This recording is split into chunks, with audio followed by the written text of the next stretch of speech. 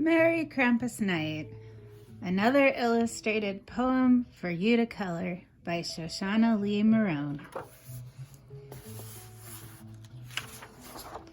For Heather, who wonders how the demon feels. 'Twas the night of the Krampus, when all through the house not a hipster was dancing, not even my spouse.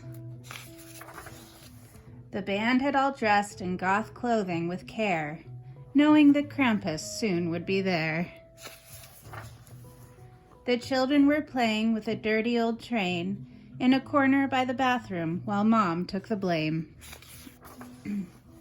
And Papa in his kerchief and I in my braid had just settled down while the open mic played.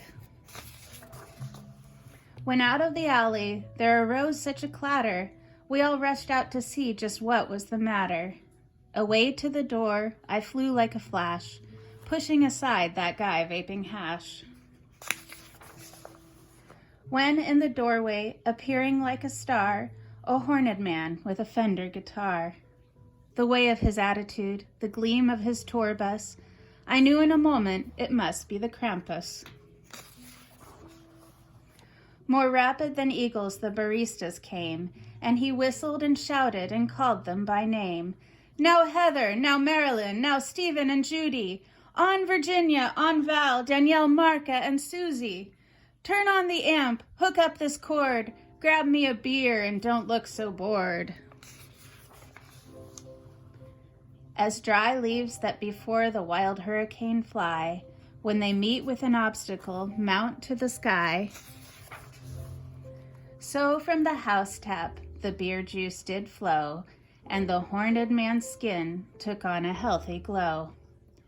And then in a twinkling he tuned his guitar, warmed up his voice, and winked at the bar.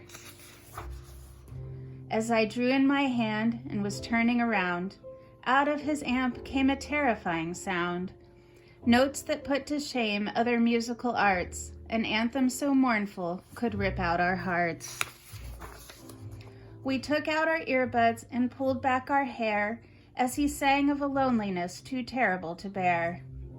He was dressed all in fur from his head to his foot, and his clothes were all tarnished with ashes and soot.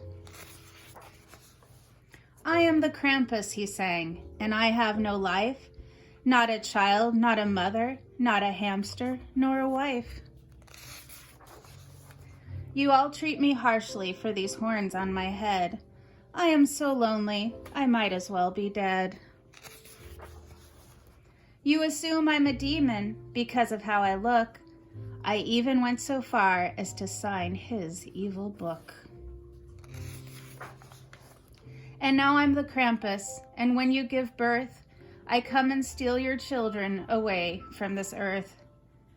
A medieval basket he had flung on his back, which everyone had just assumed was a part of his act. But with his foot pedal continuing on repeat, he took off the basket and it plopped at his feet.